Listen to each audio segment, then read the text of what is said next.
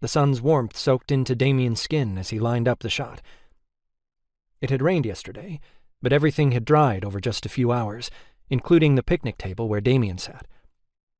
Damian didn't fit into the Somersets, so separating himself seemed like a good idea.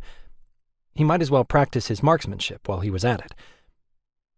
The Somersets were a mixed bunch with lots of weird mental shit going on, but none of it compared to Damian's issues. He wasn't the only one who knew it either. The way the Alpha looked at him as if he were a beast about ready to break its chain said it all. Damian turned and looked at the sliding glass door where Mother Estelle tried to push Gabriel out of her way. Gabriel chuckled and moved in closer, kissing her on the cheek as he stole a cookie from the center island. Damian heard their conversation even through the thick glass and distance. "Pest, I'll give you something to do if you don't get out of my kitchen." Gabriel stole another cookie. "Like what?" "Like you and Sean expanding the vegetable and herb gardens." "Deal."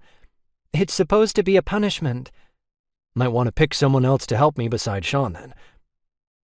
Gabriel grinned and moved around the center island. He grabbed a napkin and 2 cookies before heading back through the swinging door. "No making out in my gardens, Gabriel Somerset. You've already tainted everything else. Leave something around here innocent." Mother Estelle looked his way after she finished admonishing Gabe. Their gazes met, and Damian wondered what she saw when she looked at him. Not the same beast the Alpha saw, but something broken. She'd try to fix him. Fixing broken people was in her molecules. It was the reason she took in broken children and sewed them back together. She didn't realize there wasn't a needle and thread strong enough to hold his pieces together. He scowled and shook his head.